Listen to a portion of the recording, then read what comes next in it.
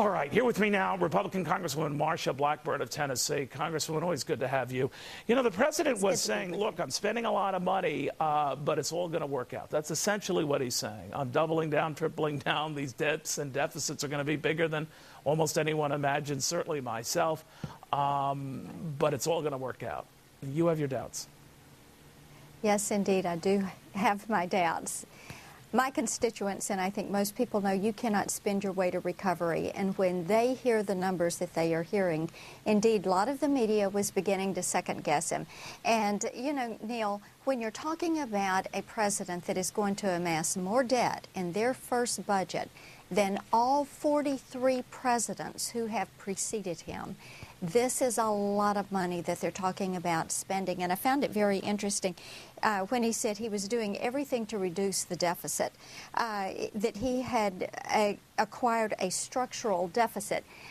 When people hear this, they know that if you are spending more, there is no way that you are reducing what that deficit and what that debt is going to be. And the American people are watching this issue very, very Well, you closely. know, he is a classic Keynesian, right? I don't want to bore our audience or make this a CNBC broadcast, but I am going to say this. The Keynesians believe that if you spend a lot, you generate a lot of revenue, and you don't focus too much on deficits, they have a way of taking care of themselves.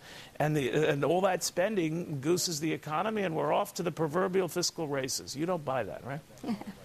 No, I don't. And I think you can go back and look at history and see that those who have favored those Keynesian principles have been proven wrong. You can look at Reaganomics. You can look at the Laffer curve.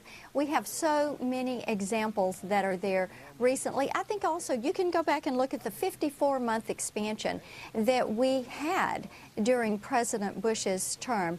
After the 01 and the 03 tax reductions, the jobs growth that was there, the accumulation of nest eggs that people all across this country saw in their retirement accounts, in their 401ks, and now that has been taken away from them this year as the market has trended further down. Now, let's be fair. Let's be fair. It was taken away from them over the last couple of years, and if memory serves me right, that's when we had a Republican in the White House. Well, I'm not blaming anyone. True, I'm not going to play the blame game. I am going to say, though, the president immediately cited he inherited a $1.5 trillion deficit from you guys. And you're right. He's doubling, tripling down.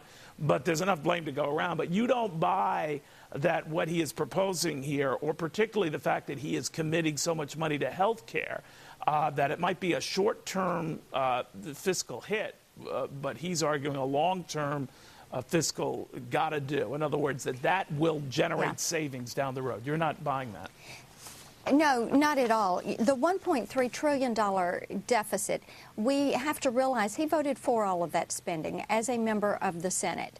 He had a choice to vote yes or no, and he made his choice. He also voted for the tax increases that were presented. Some of them passed, some of them didn't. Now, health care, energy, and education. When you talk about nationalizing health care and you look at the billions that he has set aside in that budget, that is troublesome. We have had an experiment in Tennessee called TennCare. We know what problems exist when you try to have government-delivered systems.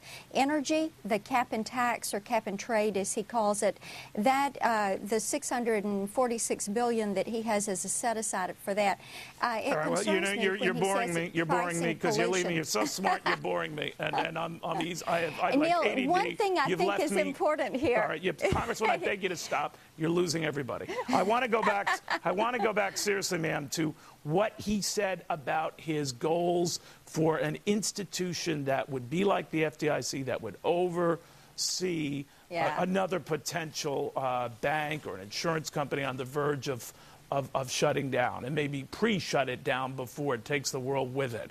Would Republicans support such an entity?